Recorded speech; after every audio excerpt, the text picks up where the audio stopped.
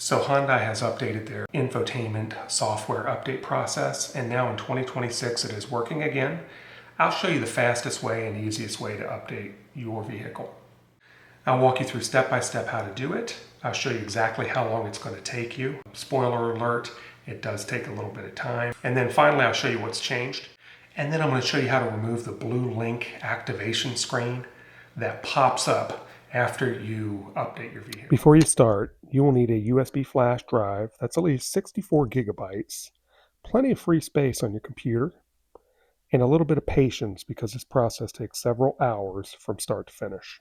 So head over to updatehyundai.com, select your Palisade or your Hyundai vehicle of choice. Make sure you've got the correct infotainment system, and then click download. Hyundai does not let you download the update directly, so instead you'll install a small navigation updater program that downloads everything automatically. What still surprises me is the fact that the download is almost 100 gigabytes. And this took about an hour and a half to download and unpack.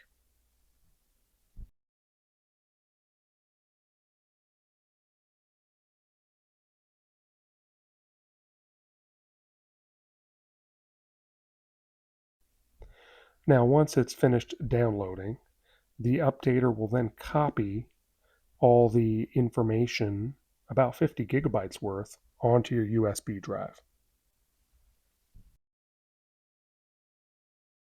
So now back in the vehicle, you're going to plug the USB into the front USB port,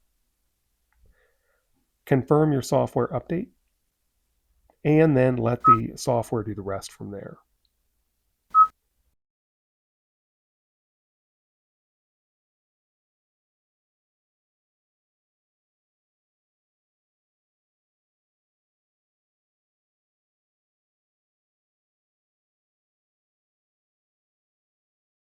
Infotainment update. This is showing us it is 5WV007-2024. Update now.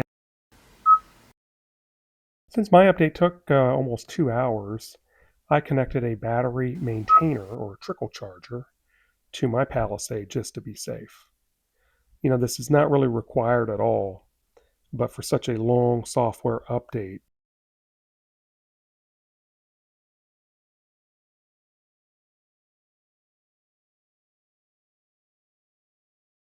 honestly, I didn't notice any major interface changes after the update. Most of what Hyundai updated appears to be behind the scenes improvements. So, about 2 hours here. And updated map data.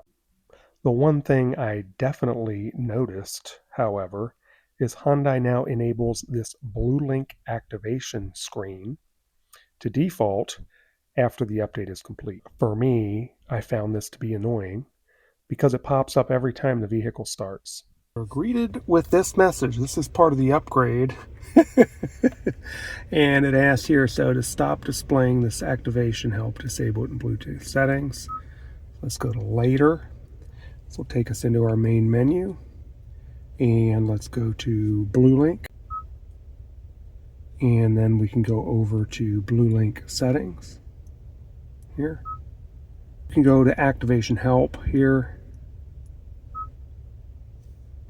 And you can uncheck it. There we go. And that's how you turn it back off. So this was the upgrade and it's a downgrade. So good luck with your update. I hope it goes smoothly for you as well. If you do notice anything or have any questions, please put it in the comments. I'll check them out. Thanks for watching.